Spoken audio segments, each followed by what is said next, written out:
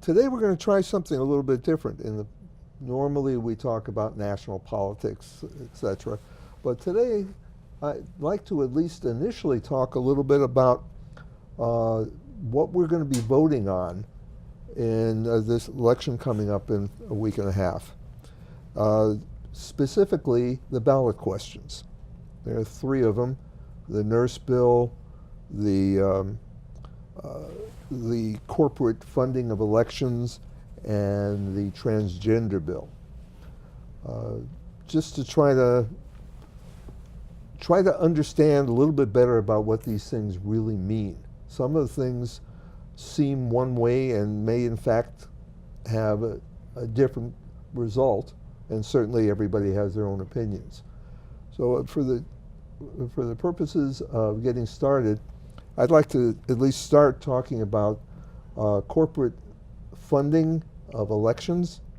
And the bill, as I understand it, wants to accomplish a couple of things. One, they would like to eliminate the special status of corporations in terms of funding. And two, at least support a constitutional amendment to overturn the Citizens United decision of the federal Supreme Court. I happen to personally be in favor of both of those things, but I want to make sure that we all understand what this does and what it doesn't do. My understanding is that it creates a commission to study something, and hopefully that commission will come up with some conclusions as to how to resolve the problem. Does anybody else have some? What I was going to say is, what I don't understand is number one, when a commission is created, we are adding bureaucracy. That's number one. Number two is, when the commission is created, will their opinion be binding, or will just be an opinion and the commission will say something and nobody's going to pay any attention to it? Well, my understanding is that it's a study. Instead of just arbitrarily saying, this is what we, Massachusetts governor, believe, it's studying to see if there's some hidden unintended consequences by doing X or doing Y. And it will come up with some recommendations, and then the recommendations will be evaluated. That's my understanding of the bill. Yeah, aren't the recommendations, should we pursue an amendment to the U.S. Constitution or not?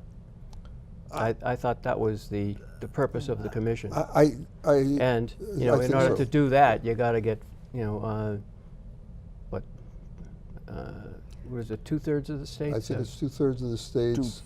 2/3 of the states. Or 60. I can't remember if it's 2/3 or 60. And then the Congress has got to agree in the same proportion. But I think it's, according to the write-up, they're saying 2/3 of the states tend to agree with the concept anyway.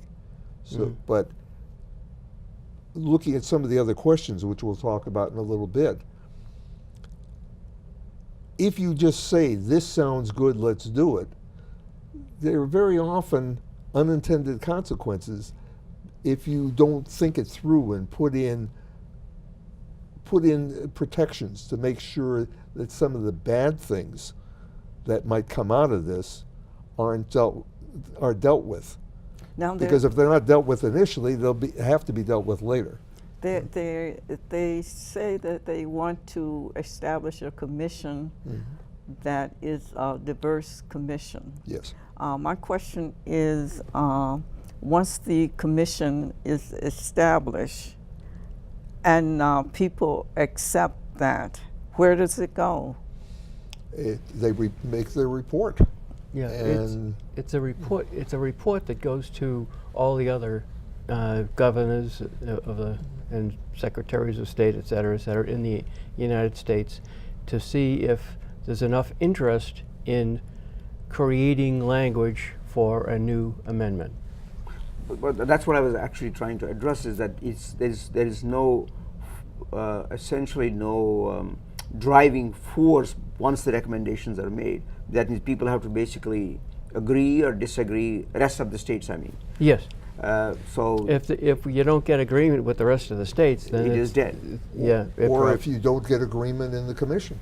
I mean, my understanding, and I'd have to go back and read it a little more carefully, is having once reported, you're reporting to the Commonwealth, to everybody, and then at some point you'll take action. But somebody in the legislature has got to be the point man. And Yeah. the governor is not the person who makes the final decision or of acceptance of what is. Well, it's nothing. The governor cannot say Massachusetts wants an amendment. It has to be voted on by the legislature.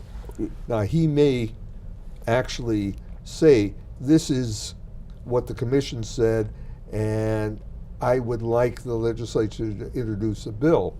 In other words, the driving force that you were talking about. Or it's somebody from the legislature itself who has to introduce the bill, but also drive it.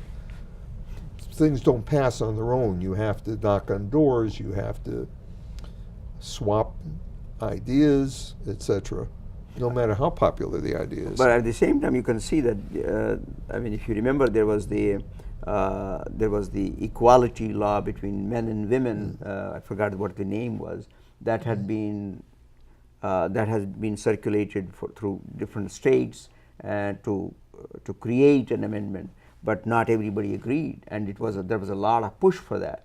But people, even now, I mean, I don't know whether that's dead now or that's still alive. I was just reading something about that. The time limit had expired, but some states are going back and trying to revisit it. Okay.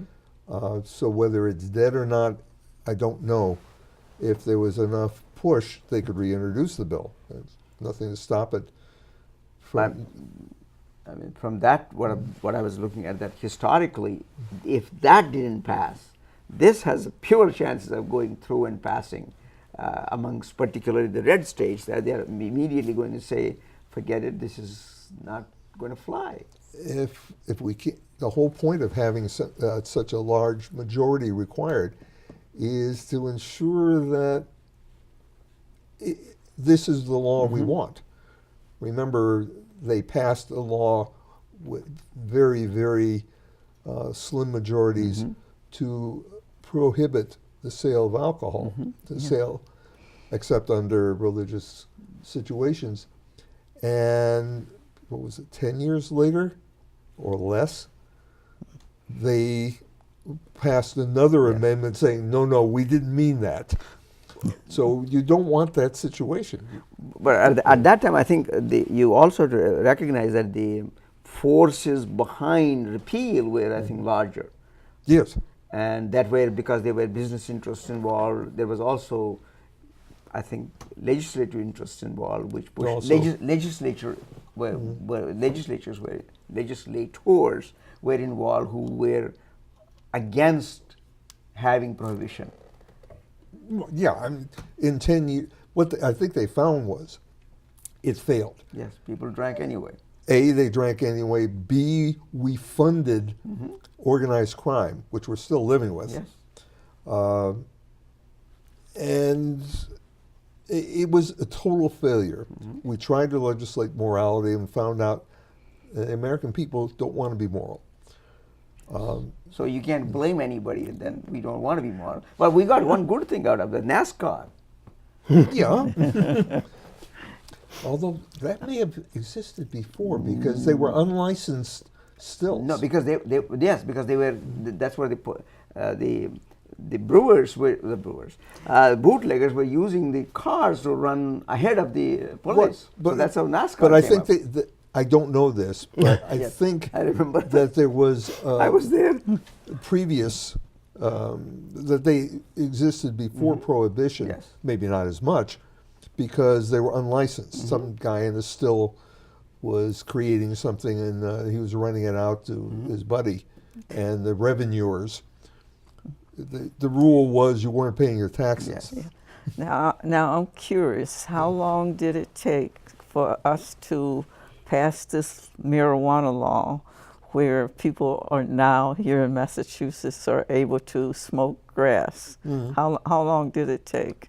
I don't know. I don't know when it started. Wow, that's interesting. Actually, Probably 75, 80 years. yeah. No, but I mean, when did they when did they try start to smoking? make it When did legal? they start smoking When did marijuana? it become illegal? It was probably in the Yeah. 60s, the 70s Yeah. and 80s maybe. And And when it was did they? illegal in the 60s.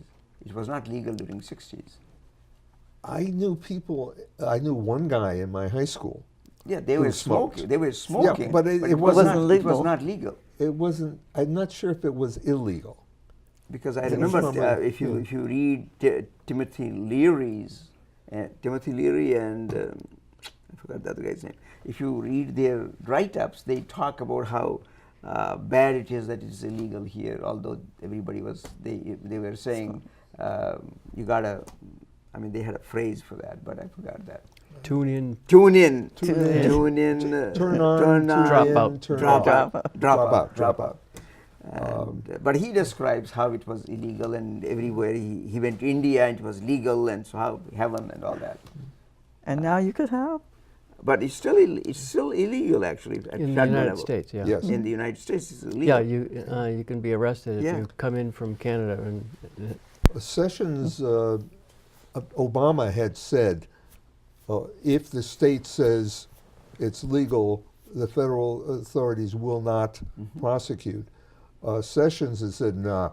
But to my knowledge, he has not actually gone to California or Colorado or any place like that and arrested anybody. But he's essentially putting people on notice that he might. He might. And my guess is it would be November 4th and November 5th, once the election is over, that if he's going to do something, that he would start doing it. if he's there. If If he's he's there, there. he might go. Right, that's true. Yeah. Okay, but at the same time, we're talking about marijuana law. That the push here is now to have home delivery of marijuana, and I'm wondering, is that going to be illegal to deliver, or is that You mean how is that going to work? a la Robert Parrish, you mean? Well, you have to be a licensed store, but Yeah, but they that's what the marijuana commission is actually looking into this. Oh, okay. To have home deliveries, so that you can order it and it will come to your door. Yeah, you could. okay, could you A pizza Uber and it, or grass. Yeah. does it have to be through the I store's own? I don't know how that works, but that's what I was wondering. Does that mean the Uber driver or somebody delivers it to you, UPS, and right away federal authorities come and Yeah. take Yeah. you right there? Well, no, they How grab come the it took you Uber driver, 14 too. hours to get my pizza? Well, I was smoking it. Yeah. Getting back to the subject at hand, do we think this idea is a good idea? Number one, do we think that that corporations have too much influence? Because it's my understanding, I do know that an individual can only give X number of dollars to a candidate. It's like $1,600 or something like that. And that's the limit that you can give to any individual candidate. But there doesn't appear to be any corresponding limit to what a corporation can give. And also, you don't have to reveal who the person, who True. the corporation Right. is. Do they give it to the candidate or do they give it to a PAC who Yeah, then gives I it know to they give it to a PAC, PAC, they which, give it by to the PAC. way, the PAC cannot coordinate with the candidate. But I think they can also give it to a candidate. I don't know that actually. That's an interesting point. But at the same time, if you could, if this commission could equate individuals with the corporate entities, that means the same laws should apply. My understanding is that there's a huge hole. According to Anton Scalia, corporations are people Yes. too. but they don't play by the same rules. For example, if they do something illegal, you can fine them, but the people who directed that illegal operation are not liable. So if I am a corporation and I dump hazardous chemicals into Woburn's reservoir, the corporation can be liable to clean it up, et cetera, but the guy who directed that is not criminally liable for what he did. The only time he would be criminally liable is if he did something to his shareholders. That's probably why nobody went to jail for the 2008 massive recession. Yeah, Yeah, right. it's The corporation is different, and I think if you're going to be a person, then you should be a person. If you're going to be some other thing, then you are governed by totally different laws, and you don't have the rights and privileges of an individual. Now getting back to the voting, have you all voted early? Yes. I have not. I'm going to I have vote on not. You have not. I have not. I think it was an excellent decision that allowed people to come in at various times to vote early, particularly since we have so much discussion on the laws that they want to get passed. So you're still struggling, the two of you are still struggling with how you will vote on number 1, number 2, number 3. Is that correct? I'm pretty sure I know how I'm going to vote on number 2. On number 3, I'm almost positive how I'm going to vote, but I can see some problems that need to be addressed when the legislation is actually enacted. On number 1, I thought I knew how I was going to vote, and in talking to people, I'm not totally convinced I understand all the issues, which is one of the reasons why I wanted to have this session. So what's your issue with number 3? Because number 1 is big, and we'll probably spend the rest of the time. Well, number 3, I believe that people should not be discriminated against, particularly for just who they are. However, I see there was something in the Khan argument where, and I guess this was the beginning of part of the issue, some guy who was, I guess, beginning transition went to somebody to have a bikini wax. And they did not tell the woman up front who was going to do the work that they were, in fact, physically male, at least at that point in time. And the woman said, when the guy got undressed, said, "No, I don't do that." And the guy decided it was discrimination because males do, on occasion, get bikini waxes. And so it went to some set of courts. And I think people have a right to say, for whatever reason, as long as they don't prevent somebody from doing something or make it too onerous for them to do. If this woman didn't want to give a bikini wax to a guy, she should have said, this place down the road for the same price will do the job. Okay, because I remember, and I may remember it incorrectly, but I sort of remember back in the, I think it was the 70s or 80s, there were pharmacists who refused to give birth control things. And the law was, yeah, you could do that, but you had to provide the people with the information and the ability to be able to get it either through your pharmacy or somewhere else. So that if you had a right to do Doesn't something. that still exist in some states down south? Well, I was I don't know about the South. The South. Yeah, refusal still is Right. there, actually. Some people But are in refusing. Massachusetts, I remember that being the rule. And I think that that's a reasonable accommodation. This woman should have said, I don't do that. If I had known in advance what the situation was, I would have told you don't come, but I would have told you who, in fact, will do it for you at the same price. Now, if the price is now 20 times higher, and you're a public thing and you're required by law to deal with everyone, then that's not acceptable. But if you can do it for the same price, okay, fine. I mean, there are so many assumptions in there, but I mean, does that mean any? Forget the transgender person at the moment. Does that mean a woman who does the bikini wax?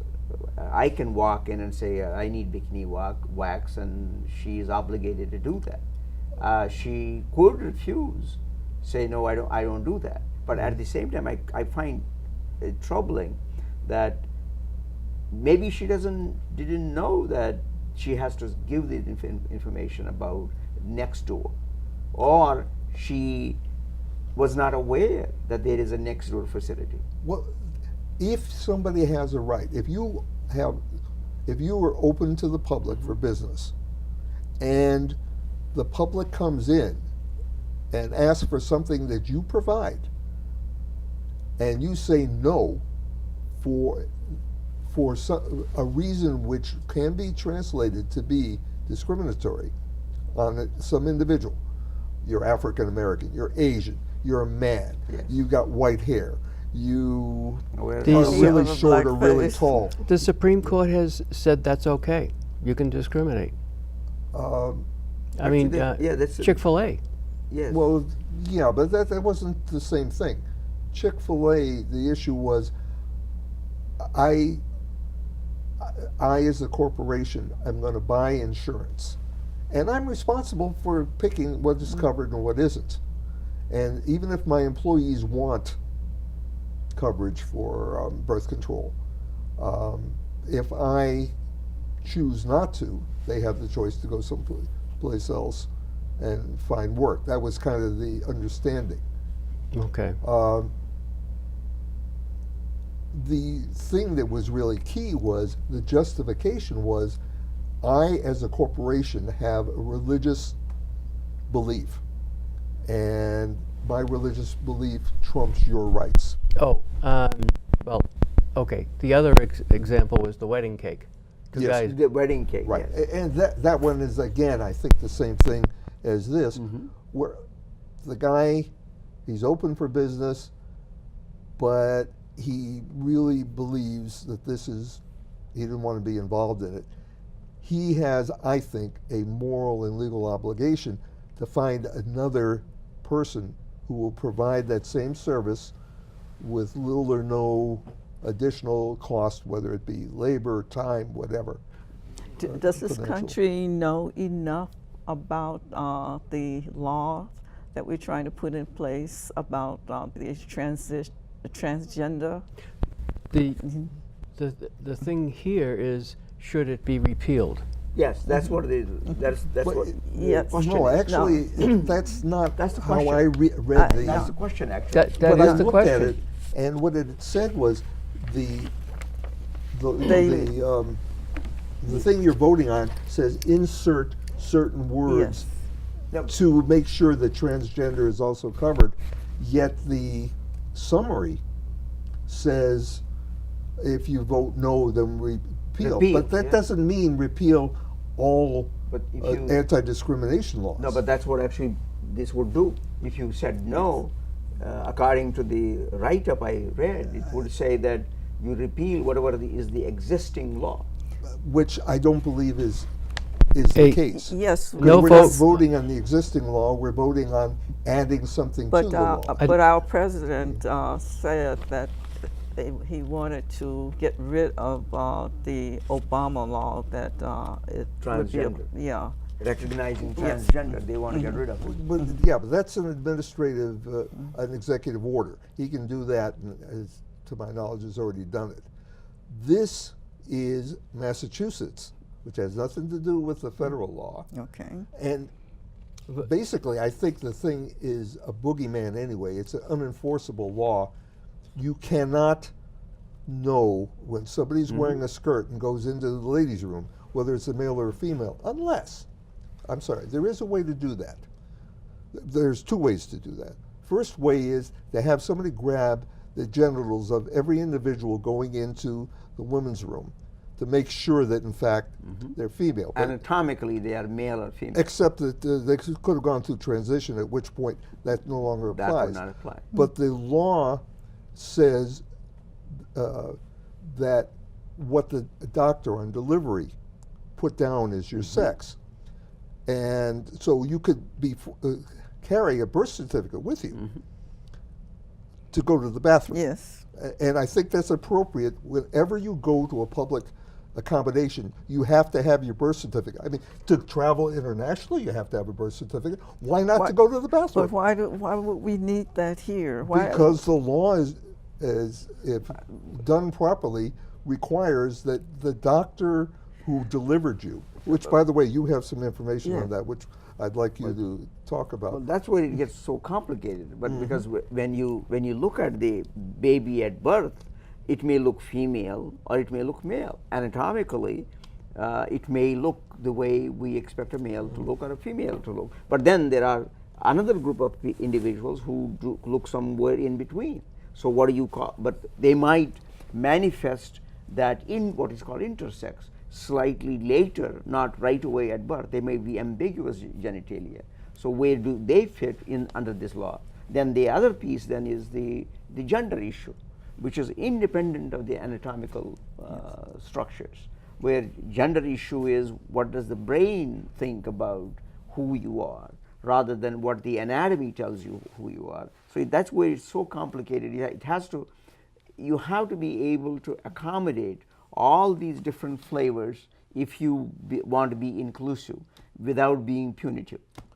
But is there a further thing that you haven't addressed yet, which is not every male is XY Yes, chromosomes. Sometimes you have multiple chromosomes. Yes, that is where it gets more complicated.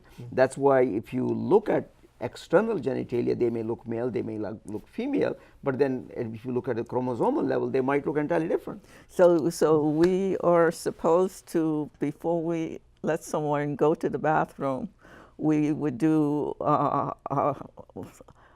look at their XY chromosome. We would take and look at their XY chromosome and say, oh, XY, you're female, or oh, X, oh, Y. Yeah. Well, you could, I mean, there are women who have transitioned to male. Yes. So therefore, you have to do both. First, you have to grab the genitalia. And by the way, there's a whole class of people, sex offenders, who would be glad to provide this function. They can't get jobs doing anything else. That's a joke, Catherine. Or in combination, you have to carry your birth certificate, because whatever the doctor said, and God forbid that the doctors checked the wrong thing by accident, you can't go to the bathroom. And there's always the issue, people my age, at least males, sometimes you got to go. I mean, that's the other piece which we need to address, because sometimes there's an emergency. It doesn't matter whether you are genetically male or anatomically male or anatomically female, you gotta go and you gotta go. And most of the time when you look at female bathrooms, there's a huge line, and male bathrooms, there's no line. So at that time, a female might want to just quickly go through the male. Right, and you lock the door. You lock the door and you're done. And that might be it. So and I've seen it happen. That happens at the Patriots Yes. all the time. I mean, that's perfectly okay. Well, Yeah. it's not perfectly okay, because some guy wanders into the bathroom thinking he's okay, and suddenly he's a sex offender because some woman was in there undressed. I mean, what is the likelihood of encountering a sex offender out of the thousands and thousands of people who visit the bathroom I can tell at that you, time? North Carolina fought the good fight, and only when the NCAA said, we're not bringing the Final Four to North Carolina, did they buckle. So that means money talks. Money talked in that case. Okay, well, so where is the money in this case? Well, it's even more fun, because if I read that correctly, A man may not go into a woman's bathroom under any circumstances, which means the maintenance guy, even if they can. put up a sign saying maintenance, cannot go in there. And I would assume the same thing applies to women going to the men's bathroom. So that means that's the case if you say no. No, if you, well, again, I don't think That's that's, what I think. Is it I don't possible? think that's Is it how it's possible written. that you could tell us what the question three? Is it question three says Three. about yes or no from Um, the information that you have here? the yes vote keeps the existing law. The no Yes. vote repeals the bathroom bill Yes. law. The law violates the privacy and safety of women by allowing any man identifying as a woman, including convicted sex offenders, to share women's facilities. That's no vote. That's the no. Yeah. Current law allows people to Then be inclusive and and, it repeals help. it Get- repeals this bill. Yes. No. Well, No. that repeal bill, it. but not the whole discrimination thing where you cannot discriminate for sex in any situation. One adds something to the existing law. If you say yes, we're going to add something to the existing law. No doesn't say no, the whole law goes away. It just says don't make these changes. Because I didn't read it that way, that- but I need, that's how I read the Okay. thing. And again, I think that any absolute always has a problem, and I think people have a right, if they're really bothered by something, whether it be for Yeah. religion or whatever reason, to say no, but then they cannot say you can't do this if it's something they have a right to do. I mean, but what I would do, the way I'm looking at it is, and this is the 21st century, and in the 21st century, we ought to be able to at least think more inclusive rather than exclusive and pinpoint, bring in the boogeyman criteria to vitiate people. In the 20 teens, Okay. we're not more inclusive, we're less inclusive. If you look Yes, at, I see right that. now we are Yeah, less I'm- inclusive. right, About and we're everything. working in that direction. But we should I agree oppose with you. that. I think that I think it's an obligation in as an American principle to advocate for inclusivity. Personally, I agree, but right now we're dealing with a situation, and a fair number of people. This is not some nut who's sending bombs to people. This is a fair percentage of the population that does not like the inclusion. They see that as going in a cultural direction they don't want to be. But is that mostly because the propaganda machine has successfully drilled those ideas into the population, or is it that the inclusive voting people have failed in their mission?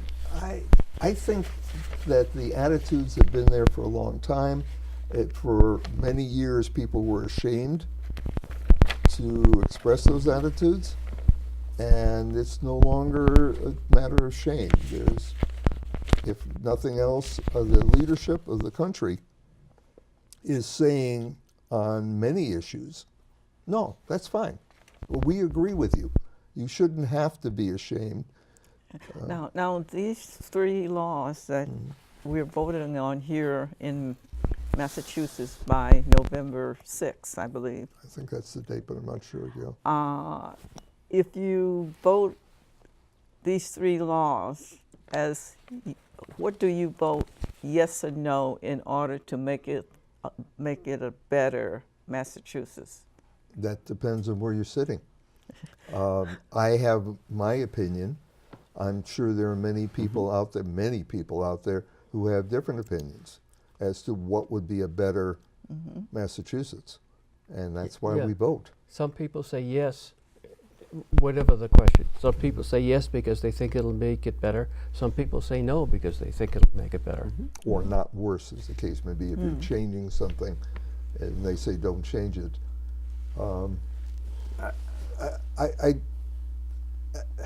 I don't know what else there is to say. I think on issues like this, people pretty much have made up their minds. Yes.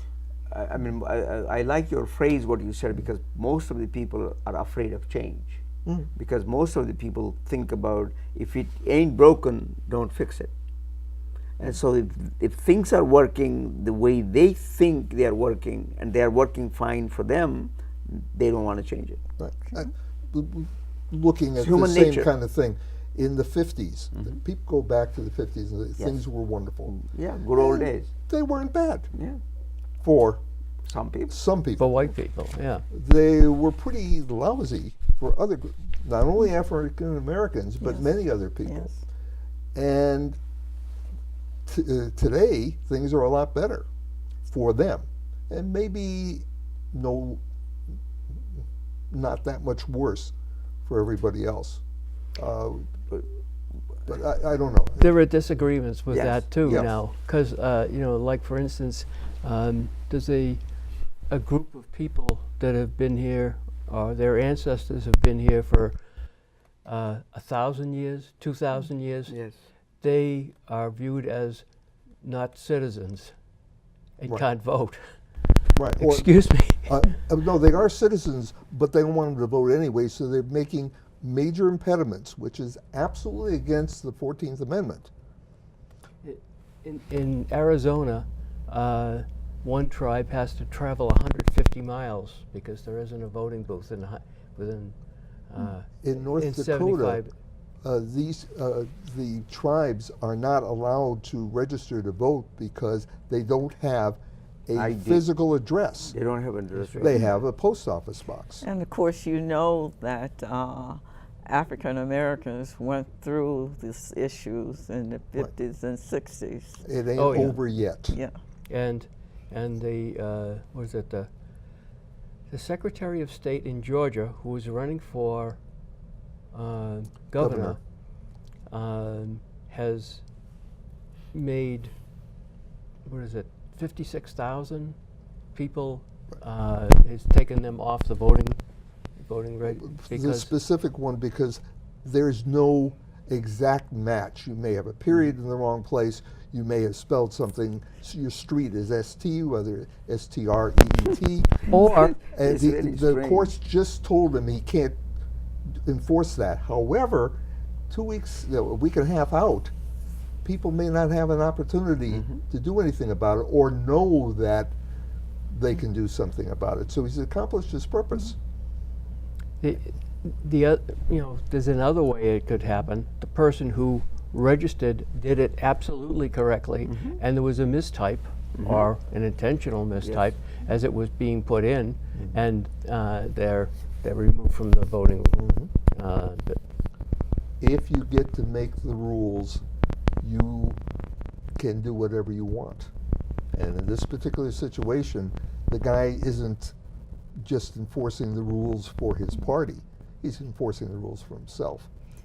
And certainly that brings up the question one, doesn't it? The yes or no ballot for question one. On the nurses? On the the nurses. nurses, yeah. Yes, yes. That's the one I thought I knew how I was going to vote.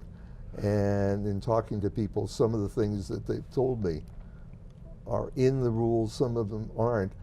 But I begin to see problems with an absolute enforcement of those rules. What sort of problems are you? Okay. Well, I like the concept that patients get decent care, and the nurses who are providing most of the care, the nurses and the aides, need to have reasonable workloads. And I know that there are places where they are not done. I dealt with people in assisted living and nursing homes where there have to be medical people available. And I know in one specific case, there was a place with 100, 200 residents. There was one nurse one nurse who was either on site or available by phone. And when you have an emergency with elderly people who have Yes. problems, Yes. being available by phone No. is not No. useful. And you know, you can't even call, you can't get a hold of a doctor. The person's got an emergency. You need somebody to evaluate and say, yeah, this is an emergency. And you have some potentially very serious outcomes. Now, question one is very, very serious. And for nurses, I am a nurse, it raises a lot of questions.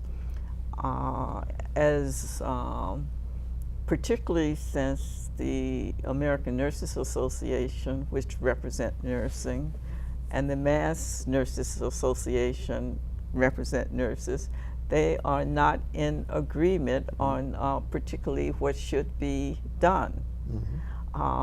In planning and in trying to provide the best care for our patients, it's important that there is enough nurses available to get the work done. It has not always been the case, and as a result of that, I think we're seeing these two divisive questions. Well, something literally just occurred to me now. In the bill, they're very specific about the staffing levels for various different situations. Somebody in the ICU, 1 for 1. Okay, here's basically the shorthand of it. Okay, right. Right. Read some of this. Oh, it doesn't matter, you know, I mean, step down, intermediate, 3 patients per nurse. Post anesthesia or operating room, if you're under anesthesia, 1 to 1. Patient, the first number I read is a patient, the second number is per nurse. Post and post operation, 2 to 1. ER, there's critical or intensive care, 1 to 1. If non-stable, 2 to 1. If stable, 3 to 1. Non-urgent and stable, 5 to 1. That's just the ER, and it doesn't. I think it, from my point of view, it doesn't address the question of people coming in that all of a sudden there's more people in the ER and there aren't enough nurses and they have to turn them away. That's what is going to happen. And That's and what that unfortunately is going to happen. That's why I voted no. Okay. Oh, you already voted. Okay. Well, what happens if you can deal with it? There are a couple of things that occurred to me as we were sitting here that make this, I think, the staffing levels a little less a little less important. First of all, you have technology. If somebody's under anesthesia, they're out. What you're trying to do is you're trying to see if there's some. No, actually, this is if somebody is out, that means that there better be a efficient nurse. Yes. Right there, That's because absolutely. anything Yes. can go 1 wrong. to 1. Yes. Anything can go wrong any Yes. second. But Yes. if you have the technology, which by the No. way they're hooked up anyway. Yeah, they're hooked Yeah. up. But the thing is, technology is just an indicator. Right. The person has to intervene. No, Yes. I understand the intervention. Technology says, But- yeah, the person did die. Yeah. But if the alarm goes off, but, then the nurse can be called as long as that's they're too in the there area. has- Too late. Too late. Too late. And- Because and- you have. Yeah, go ahead. No, you have to have a nurse there to determine what is going on with the patient. Now, in being an administrative nursing for many, many years, I know the fact that one come in to work and look at the patient level is this a person who needs so much care? Is this a person who needs less care? And a nurse is assigned a multi-group of that kind. Now, what happens, and that works quite well until someone calls in sick, there's not enough staff to take care of the patient. And so as a result of that, nurses are getting pulled from all different levels to try to provide the care. So I do understand why that question has provided so much conflict in how nursing will address this particular issue. Whether if they will say yes or no, vote yes or no. What about the idea of having a second level of nursing? I used to date a girl who was an LPN, not an RN, and she was actually working in an operating room. But she had less qualifications, certainly paid less. This particular bill, could you have one nurse supervising a dozen LPNs who could do a lot of the activity, and if they got into trouble or if there's something they weren't comfortable with, they call in their supervisor? That occurs now. Mm-hmm. That occurs now. The LPN are utilized effectively, and it works generally quite well, particularly with the long-term care people who requires long-term care but not acute care. But the idea is that we need to be able to provide the services. So I am not happy with the question that came up, a yes or no. The way, I was going to add to this, the way I'm looking at it is that, do we really want the government to administer a mandate, or public, forget the government, do we really want to have public to create a mandate for how many patients, how many doctors, how many nurses, how many this, or should it be left to the professionals Yes. who are in touch Yes. with the patients at the moment, at Yes. that time? Because what I'm worried about is the patient's status can change Yes. in a jiffy. And I will give an example. Somebody comes in just regular pain. The pain is right there, and next thing you know, he or she is put in there, and nobody is watching. The person can go in a shock, and next thing you know, the person is dead. So somebody has to be able to pay attention to in a quick turnaround way, rather than because if you have a mandate, nurse is already mandated. There are 3 patients. Now this is an additional thorn on their side. He or she is not going to be paid attention to. He's going to basically conk out. Well, my understanding, and again, this is the ads I've seen on the TV. 80% of Massachusetts nurses favor the staffing bill. 20% obviously don't. So 80% say, the professionals, and the administrators, the hospital administrators, who have a different problem. They've got to financially keep the place open, and in some cases financially make a profit. They see it from a different point of view. And what are they saying? And they're saying, no, this is wrong.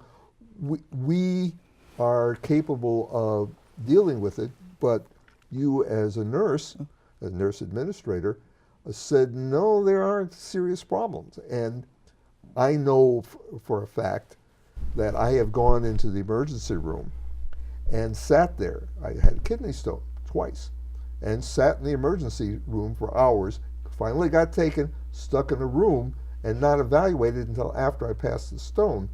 I was a lucky guy. It could have gone the other way, because triage. They were going through and they were taking the people who needed the care most. And that's what should happen. The acute Understood. care. Yeah. But if you have enough staffing, if you have one nurse for every individual who might ever show up in the emergency room, most of the time they're going to be sitting there doing nothing. And I personally know that the worst jobs I've ever had were that just I had sit. nothing to do. Now you love statistics. When Yes. they come in handy, yes. Yes, you just said 86% of the nurses agreed. Right? The ad said yes, yes. 80%. Now the number they have polled is 144 people. Oh, so it was a poll and 80% of 144. Yes. So Okay. and So that's 2% say yes. so that's what I'm. That's what. Okay. That's. I mean, it looks big. And if 86%. they polled a certain grouping, now Yes. they did, not only did they poll nursing, but they polled the administrator of the hospital. They polled the doctors, and the philosophy may be different. They have different viewpoints. Yes. They're sitting in a different place, and I understand that. Yes. And I'm sympathetic to both sides. I personally, originally I was definitely, what's the issue? You spend a couple more dollars, and then if you ever go to the hospital, somebody's there to take care of you. But now I'm beginning to see a whole bunch of other things that don't make any sense. But at the same time, what you pointed out earlier is that there is already a nurses shortage. There will be worse. It will become worse if that mandate is passed. Because as you said, there will be a lot of nurses available for each person when there is a rush hour. But then when the rush is over, they will be just twirling their thumbs. Right. And would the hospital or administration want that? No, obviously they wouldn't. What if there aren't enough nurses in the state to satisfy this? Well, that is actually is- one of the major that's the items. question, yes. Because there will be tremendous shortage Yes. because of this, and we don't have that many nurses, and not even that many in the schools. So, in order to satisfy that, nurses will have to work a 50-hour week or a 60-hour week or something. Possibly. Possibly, and that will And become that's the that will- solution. that is going to be worse for the patient. And let me tell you, some of the nurses are working 50 hours a week already. And the change will make it even worse. Yes, it will make They'll it worse. probably have more. On the other hand, they'll be making a lot more money. So there will be some, not everybody, but there will be some who are in favor of it. But if we're trying to accomplish better patient care, Yes. I'm coming to the conclusion, I know that you already came there, that maybe this bill, the concept is good, but this bill doesn't work. Yes, I agree with you that the concept sounds very nice, Right. but practically, it's not going to be workable. Okay. By the way, I I don't agree know with if people California are aware, has- but Omanon teaches in a nursing school. Yes, I teach in nursing school. So The physician teaching in nursing school. I'm teaching nursing Yes. school. But the thing is that it's not my nursing school opinion I'm giving. I'm also trying to analyze with you Yes. what the pros and cons are. I'm trying to give Yes. you your statement status of Yes. expert. Thank you. Is there, unfortunately, in some respects, some of the bills don't give enough detail, and in this particular case, they gave so much detail that you begin to see it falls apart. Yeah. You can't see the forest through the trees. Well, the trees are falling on my head is what's happening. Because you're the only person, you haven't voted I have yet. not voted yet. I haven't see. voted. You haven't voted Yeah. yet. We're still malleable folk. So you And can Now, if you're working with nurses Yes. and you don't vote. well, I know both sides. actually, we Don't see tell each other at anybody the how you polls, voted. so I know he was there. So, is there, if this bill were to pass or fail, is there something that could be done to make it make more sense, to accomplish what they're trying to accomplish, but not create chaos or something totally impossible? You were pointing out that there aren't enough nurses in Massachusetts of any flavor So you have to import them from all over the country, obviously raising the All pay. over this country and even outside of Outside the the country. country, we are, because that has been one of the problems for years, not enough registered nurses. And we would have a really different problem. We will have nurses who may get their education here in Massachusetts, but go someplace else, another state to work that seems more understanding of nursing. Well, and they may come back because the pay goes up. There are things that could be done to make Massachusetts a better place for people to come and get educated. When my wife was going to college, they had a bill where if you went to be a teacher and you got your degree and you taught, some of the loans that you took out would be forgiven. And if you taught in the inner city, a great deal more of them would be forgiven. We could do the same thing in nursing. If it's a major need in Massachusetts, then we could do that. Of course, now New York will suddenly say, no, we can't afford to lose all our nurses. So they start doing something similar or different. But at the same time, you have a turnaround time for students to go through nursing school.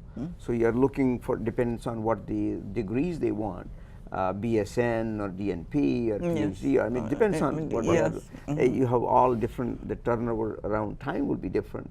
And do you want to pass the bill and then wait? Or do you want to pass the bill and then get people from outside the state come here, and they may not choose to come here? Well, actually, there is a start date on the bill. Yes. Which is, I think, January. Next year, January. Yeah, so there is no time. No And plan. what I would love to be able to do is to say, vote yes, but. You can't do that. You can't do that. What if a hospital doesn't have enough nurses? Do they refuse to do a procedure? Well, I know Yes. that they'd be fined $25,000 a day For if they violation, don't have, yeah. for a violation. There is a provision for that. In theory, and this is what some of the ads are saying, that if you come in for an emergency and they don't have the nursing staff to Hip handle replacement, knee replacement. You know, knee replacement's not that they can say no anyway.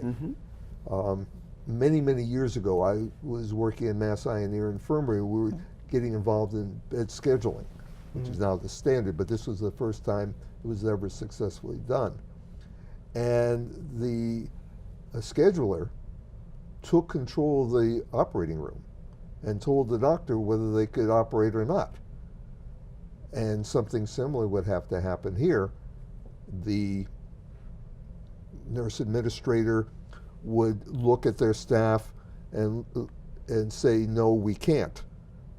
Go somewhere, come back Yes. Next year. next year or next month or at 3 Yes. o'clock tomorrow or whatever. I mean, that means you have a kidney stone. Now we can't take you in. You got to come back next yeah, to come back tomorrow. tomorrow. I've already been there. Remember, twice. but you were taken in. But the thing is, No, I was sitting in Wait, the you- emergency room. but I wasn't admitted. But no, not in. But did somebody look at you at that time? After a First couple of hours, somebody looked and they said, well, okay, why don't you go sit in this room? time? Okay.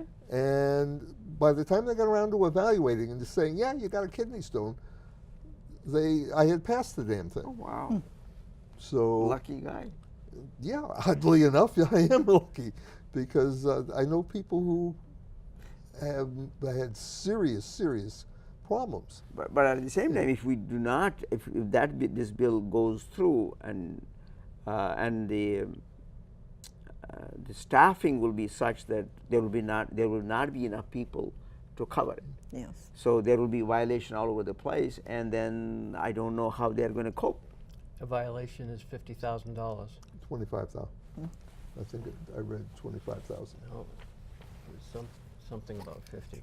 It was, I think, on page 1 near the bottom right. How did they come up with that number? I'm kind of curious. Actually. They want to make it onerous. Well, If it was